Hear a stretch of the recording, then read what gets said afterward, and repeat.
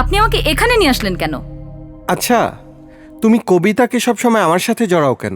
তুমি ওকে ভালোবাসো তাই। ভালোবাসি? তোমাকে তো বলেছি ব্যবসায়িক স্বার্থে একটা সম্পর্ক আছে, অন্য কিছু না। আপনার কাছে অন্য কিছু না হলেও সেটা কবিতার কাছে অনেক কিছু। সে আপনাকে অনেক ভালোবাসে। কিন্তু আমি তো তোমাকে ভালোবাসি।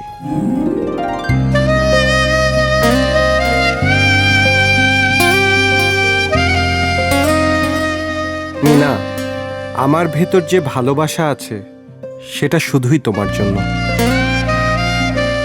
আমার ভালো লাগা বলো আর ভালোবাসাই বলো, আমি আবারও বলছি সেটা শুধুই তোমার জন্য।